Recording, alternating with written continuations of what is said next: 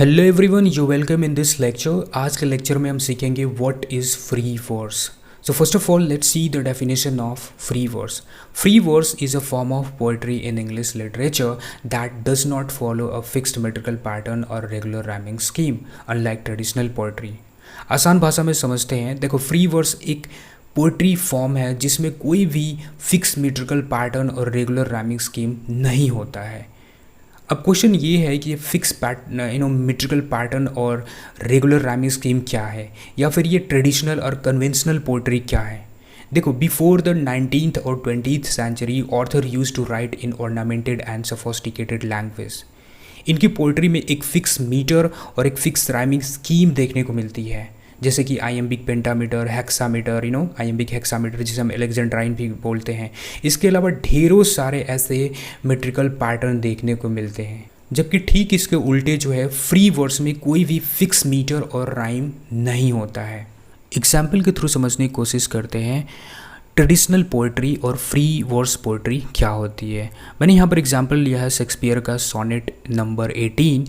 I will not go in the deep कि what is iambic pentameter और all that kind of things, but यहाँ पे समझेंगे और राइमिंग स्कीम के थ्रू। सो एक ट्रेडिशनल पोएट्री कैसे लिखी जाती थी। देखो, यहाँ पे जो लास्ट वर्ड है डे एंड मे, ये जो डे रेड में और ये जो मे रेड में है, ये मैच कर रहा है एक दूसरे से। देन टेम्परेट एंड डेट, ये दोनों मैच कर रहा है। But when we come about free verse, तो फ्री वर्स को देखेंगे जो कि टी.एस. एलियट ने वेस्टलैंड लिखा था, उसका मैंने एग्जांपल लिया है। क्लियर पॉइंट यहाँ पे जो है नेवरदलेस से कोई मैच नहीं है इसका। यूरोप जो है सी से कोई मैच नहीं है। आप ऐसे ही मैच करके देखोगे तो there is nothing like a matching, कोई भी मैच नहीं है। तो it is the example of free verse. Now the question is here, why free verse became popular during the late 19th century and the 20th century। Almost मैं बात करूँ तो modern time के आसपास the authors used free verse immensely। Well, free verse gives us freedom of expression and creativity। It allows authors to break away from the traditional poetic structure and express themselves freely।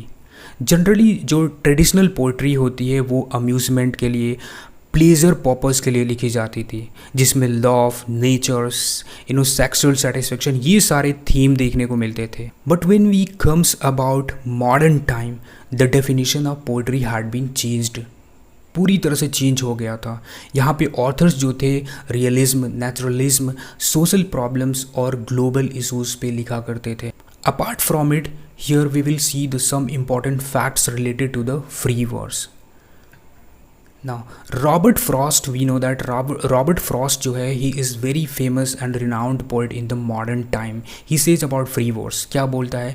Free verse is like a playing tennis without a net। यानी कि अगर आप tennis court से net हटा दो तो you can play tennis freely.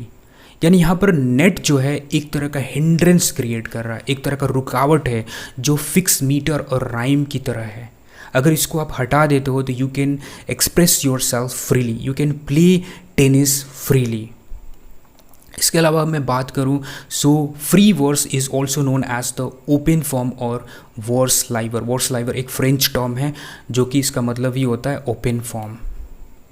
Now Walt Whitman जो है, he is consider as the father of free verse. Okay, so we know that he wrote lips of grass and that is the prime example of free verse.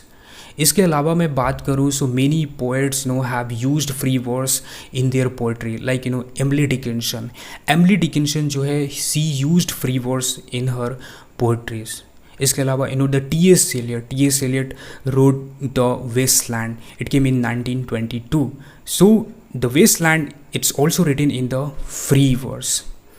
Now next is Sylvia Plath। She was a confessional poet and she used to write confessional poetries।